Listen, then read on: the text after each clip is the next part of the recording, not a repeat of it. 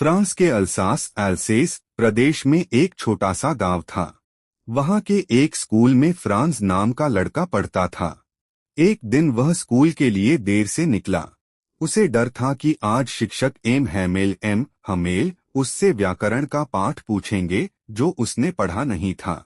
इसलिए उसका मन स्कूल जाने का नहीं था।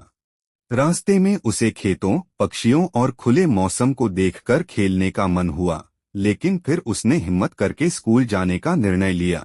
जब फ्रांस स्कूल पहुंचा तो उसने देखा कि आज स्कूल में असामान्य शांति थी।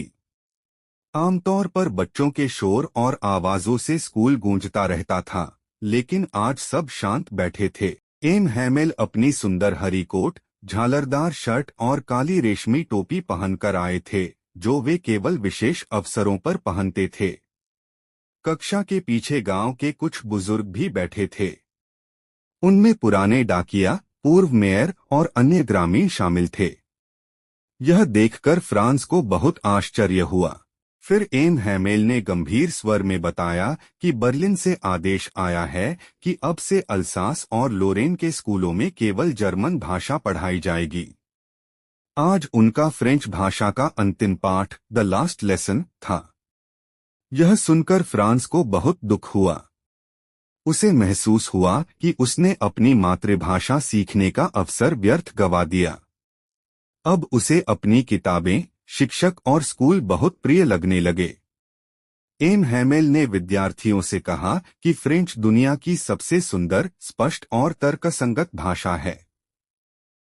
उन्होंने समझाया कि अपनी भाषा को कभी नहीं भूलना चाहिए, क्योंकि अपनी भाषा किसी भी राष्ट्र की पहचान और स्वतंत्रता का प्रतीक होती है। यदि कोई राष्ट्र अपनी भाषा को जीवित रखता है तो वह कभी पूरी तरह गुलाम नहीं बन सकता। उस दिन एम हैमेल ने पूरे मन से पढ़ाया। उन्होंने व्याकरण, लेखन और इतिहास का पाठ कराया। बच्चों ने भी पहली बार पूरे ध्यान से पढ़ाई की। फ्रांस को लगा कि आज वह हर बात आसानी से समझ पा रहा है। कक्षा का वातावरण भावुक था। सभी जानते थे कि यह फ्रेंच भाषा की अंतिम कक्षा है। उस दिन एम हैमेल ने पूरे मन से पढ़ाया। उन्होंने व्याकरण, लेखन और इतिहास का पाठ कराया। बच्चों ने भी पहली बार पूरे ध्यान से पढ़ाई की। फ्रांस को लगा कि आज वह हर बात आसानी से समझ पा रहा है। कक्षा का वातावरण भावुक था।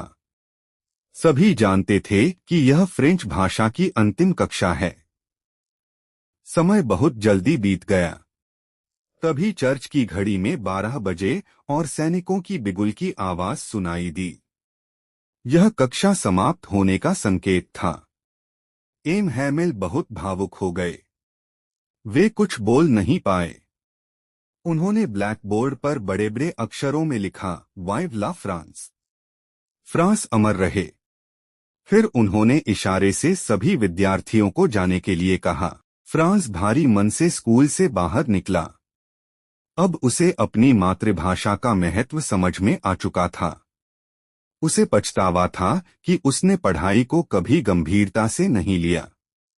इस अंतिम पाठ ने उसे सिखाया कि अपनी भाषा, संस्कृति और शिक्षा का सम्मान करना हर व्यक्ति का कर्तव्य है। यही इस कहानी का मुख्य संदेश है कि अवसर रहते ज्ञान प्राप्त करना चाहिए और अपनी मातृभाषा पर हमेशा गर्व करना चाहिए।